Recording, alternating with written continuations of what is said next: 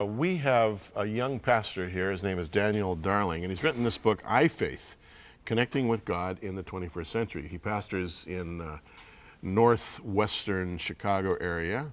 Had a few challenges getting here. You got to remember to renew that passport, Daniel. I do. I do. Anyway, you're here, and I'm glad you are. I don't know if you get back to the U.S. or not, but hey, you're here. iFaith. Now, first of all, the title is a good one, and just by iFaith, you're looking at something that's relevant. But as I read the book, you don't really get to the iFaith part until the last chapter.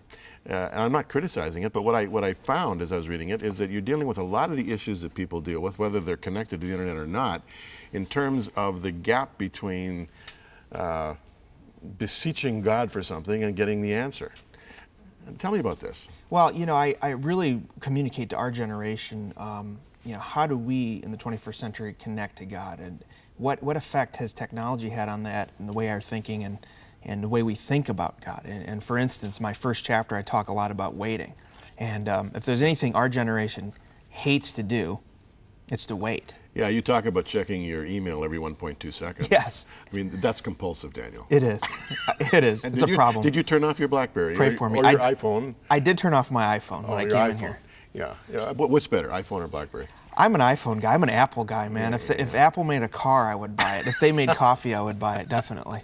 Kathy and I are Apple people too, but I have a BlackBerry, and I'm thinking, you know what? I got to get out of this dissonance. Yes, you need to. Get consistent. But yeah, this waiting thing, we really are living in a culture that everything is instant, right? Yes. And what's interesting is we serve a God who delights in making his people wait. In fact, I talk in this book about how waiting is really the DNA of faith. If you look at the people in the Bible that God used, he always made them wait. I mean, here he comes to Abraham and says, you're going to be a father of many nations. But then he makes him wait till Isaac comes. David, he's 14 or 15, and an old guy comes and pours oil on his head and whispers in his ear and says, hey, you're going to be king.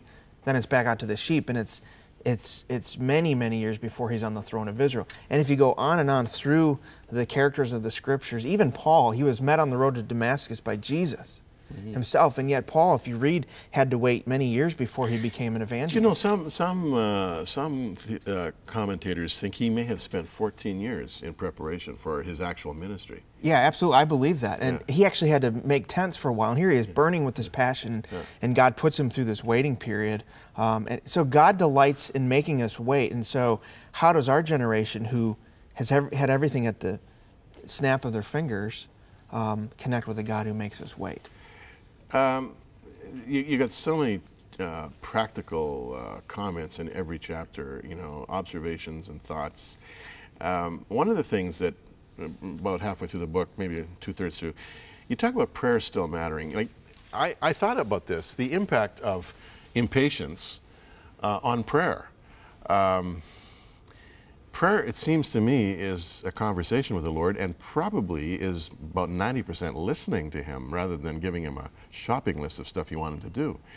But it's got to be really tough for someone who lives in this instant gratification culture to think in terms of prayer as being an ongoing relational conversation. Absolutely, because we don't think we need prayer or need God, because again, everything's quick. I mean, you have a problem, what do? You Google it, or you text somebody or send email somebody, you call them on their cell, like, you get answers right away. But there's times when none of that works, and it's this question, have you prayed yet? And I draw that chapter out from the first part of Genesis, and you see how Moses unfolds first the genealogy of Cain. And Cain's family was tremendously progressive into technology. They invented a lot of the metals and music, and very, very advanced, like our society is. But they advanced without God, and they ended up destroying themselves. At the end of chapter 4 in Genesis, just a very small line, it says, and then men began to pray. And then it talks about the line of Seth. And they weren't as advanced, but they were people of prayer. And I think the message there is, God is in favor of advancement. He's in favor of progress and technology. But we need to do it with God and not go forward without him and rely so much on our gadgets as a means of comfort and means instead of having that ongoing dependence on the Lord. I was watching a game last night between the Toronto Blue Jays and the Cleveland Indians, and something happened in that game I've never seen before. The camera scanned the audience several times, and they're all on their iPhones or their Blackberries. Why? They had a contest. Send in your tweet pic, and we'll give a prize to the best picture at the end of the game. So everybody is taking pictures and tweeting them, hoping that they'll win the prize. I mean, this is an astonishing new world we're living in here. I mean, can you live without this stuff? Yeah, it is, and we're becoming increasingly dependent on it. And in many ways, it's, technology is being used for great good. I mean, God is using technology to extend the gospel into corners of the earth that it didn't go before. I mean, I've traveled overseas, and even the poorest parts of the world, people have cell phones, there's satellite dishes, and so these are avenues where the gospel is going forward. And yet at the same time, we've become so dependent, and I think sometimes our technology replaces God, has become our God. When we need something, we go online. When we need something, we grab our phone, we call, we do this, we do that. Even in my own situation with trying to get over here and get a passport, I'm going online, I'm calling, and my wife is just asking me, have you prayed about it? It's like, oh yeah. Yeah. By the way, have you prayed about it? And so I think that's where we have to, as Christians, find the balance. You talk about technology being gods. Did you hear the report yesterday that one of our gods, the cell phone, may be giving us cancer? Yes, I heard that. I mean, there's always been the rumor, but now it's a definitive study, and they're saying, don't put it to your ear. Use the speaker device. Let me talk about the last chapter with you, because here you talk to the plugged-in generation, the people who are living in a digital world with a digital culture, and I'd like you to walk us through some of these things. The first point you make is that we really need to pursue genuine intimacy with God. What do you mean by that? Well, there's two things I mean by that. First is God is the same He has always been, and God desires genuine intimacy. I have a chapter in the book where I talk about what it means to walk with God, and I think many times us modern Christians look at our relationship with God sort of the way like we go and get refills and bursts and charges. Like we refuel on Sunday, we hope it lasts till Tuesday, and then we sort of have a small group and we get refueled. And God is inviting us into something different where we are plugged in all the time, where we're constantly connected to Him, constantly wired to Him. So He wants genuine intimacy. I also think we need to pursue genuine intimacy with people and face-to-face friendships.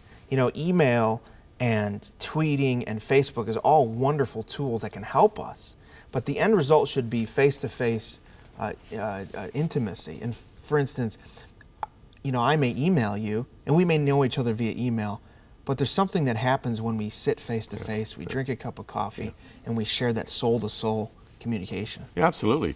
And then you say, prioritize your technology choices. Now, it seems to me that the culture is such that people just want to gobble up everything that's available right now.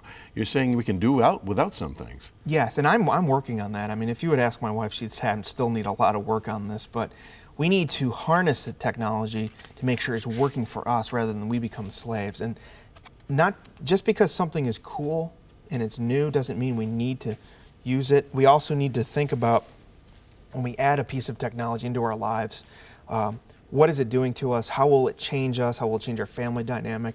For instance, I have an iPhone. I've had one for a couple years. Well, it's changed things because suddenly I have email at home, and every hour I can check it. I can be reached. How does that affect my family relationships? We need to really think about that, and I think we need to form technology budgets to where we say, I'm going to be plugged in this amount of time, then I'm going to unplug, unwind, and really plug into the Lord.